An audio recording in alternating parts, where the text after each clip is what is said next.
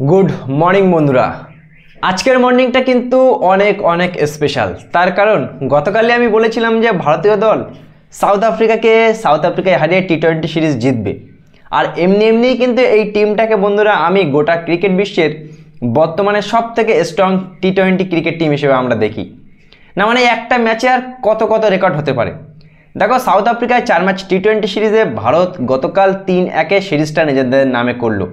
কিন্তু 4 নম্বর মানে কালকের যে 4 নম্বর ম্যাচটা হলো, সেই ম্যাচে এমন কিছু রেকর্ড হয়েছে যা আগে টি-20 ক্রিকেট ইতিহাসে বা ভারতীয় টি-20 ক্রিকেট ইতিহাসে কিন্তু কখনোই হয়নি। ভারত তাদের দ্বিতীয় সর্বোচ্চ রানটা করে ফেললেও 283 রান। জাস্ট একটুর জন্য 300 রান করতে পারলো না ভারত। যেখানে বন্ধুরা আমরা বলবো যে কি রেকর্ড আজকে হয়েছে। দেখো, প্রথম উইকেট 73 রানে পড়ে যাওয়ার পরে সঞ্জু স্যামসন আর তিলক বর্মার মধ্যে রেকর্ড 210 রানের পার্টনারশিপ, যা আগে কখনো কোনো ভারতীয় ক্রিকেট প্লেয়ার করেনি বা টি-20 ক্রিকেট ইতিহাসে কখনোই এটা হয়নি যে দ্বিতীয় উইকেটের মধ্যে পার্টনারশিপ 210 রান। যেখানে সঞ্জু স্যামসন 109 রানের অসাধারণ ইনিংস খেলে 56 বলে, যেখানে 9টা 6 থাকে। আর ওদিকে 47 বলে 120 রানের একটা বিশাল ব্যাক টু ব্যাক সেঞ্চুরিয়ান তিলক বর্মা, সে কিন্তু করে ফেললো 10টা বিশাল 6।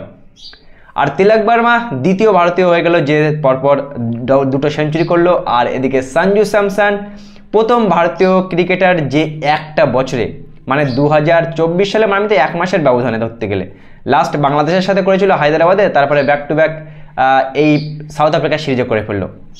মানে ওদিকে সঞ্জু স্যামসন প্রথম ভারতীয় ব্যাটসম্যান যে 1 বছরের মধ্যে টি-20 ক্রিকেটে তিনটে সেঞ্চুরি করলো। ওদিকে তিলক বর্মা তাদের দ্বিতীয় ভারতীয় ব্যাটসম্যান হলো যে ব্যাক টু ব্যাক সেঞ্চুরি করলো। ভারত তাদের টি-20 ক্রিকেট ইতিহাসে দ্বিতীয় সর্বোচ্চ রান করলো। জোহানেসবার্গে শ্রীলঙ্কার 260 রানের রেকর্ড টপকিয়ে ভারত জোহানেসবার্গে 283 রান করলো, সর্বোচ্চ রান করলো। 183 রানের রেকর্ড ব্যবধানে সাউথ আফ্রিকাকে হারিয়ে দিয়ে টি-20 সিরিজ জিতলো। আর সূর্যকুমারের প্রপার ক্যাপ্টেন্সিতে ভারত এখনও পর্যন্ত কন্টিনিউ 3টে সিরিজ জিতলো। প্রথমে শ্রীলঙ্কায় 3-0 হারালো, তারপরে বাংলাদেশকে আমাদের ঘরের মাঠে 3-0 হারালো, আর এখন সাউথ আফ্রিকাকে 3-1 হারিয়ে দিয়ে সূর্যকুমার যাদব দেখিয়ে দিল যে হার্দিক পান্ডিয়ার কাছ থেকে ক্যাপ্টেন্সি যখন তার কাছে দেওয়া হয়েছিল, আমিও কিন্তু ক্রিটিসাইজ করেছিলাম যে হার্দিকের সাথে অন্যায় হচ্ছে।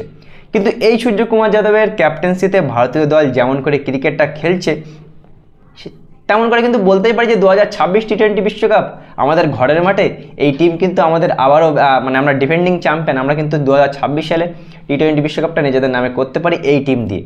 ভাই, এই টিমের সাথে কোনো তুলনা হয় না। এই টিমের বোলিং ব্যাটিং, তিলক বর্মা সুযোগ পেয়েছে, সূর্যকুমার যাদব তার জায়গা ছেড়ে দিয়েছে, 3 নম্বরে এসে সে ব্যাক টু ব্যাক দুটো সেঞ্চুরি করলো, সুযোগের সদ্ব্যবহার করলো। ওদিকে প্রথম ম্যাচে সেঞ্চুরির পরে দ্বিতীয় এবং তৃতীয় ম্যাচে গোল্ডেন ডাক মারা সঞ্জু স্যামসন চতুর্থ ম্যাচে এসেও অসাধারণ 109 রানের একটা বিধ্বংসী ইনিংস খেললো, যেখানে আমরা কিন্তু অনেক রেকর্ড হতে দেখেছি।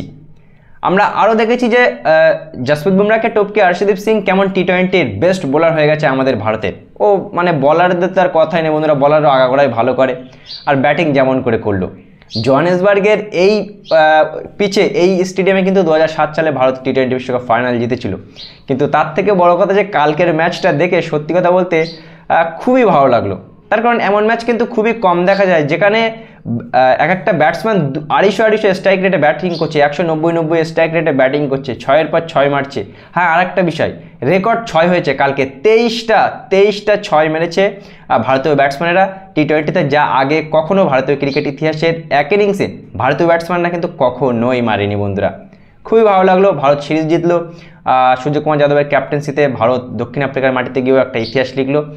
কালকে তোমাদের ম্যাচটা কেমন লাগলো অবশ্যই তোমরা কমেন্টে জানাবে। আর এমন ম্যাচ আমরা কিন্তু আইপিএলে দেখে থাকি, কিন্তু এখন রিসেন্টলি টি-20 ক্রিকেট বা ইয়ং জেনারেশনের মাইন্ডসেটটা বদলে গিয়ে এখন কিন্তু সবসময় আমরা এমন ক্রিকেট দেখতে থাকবো।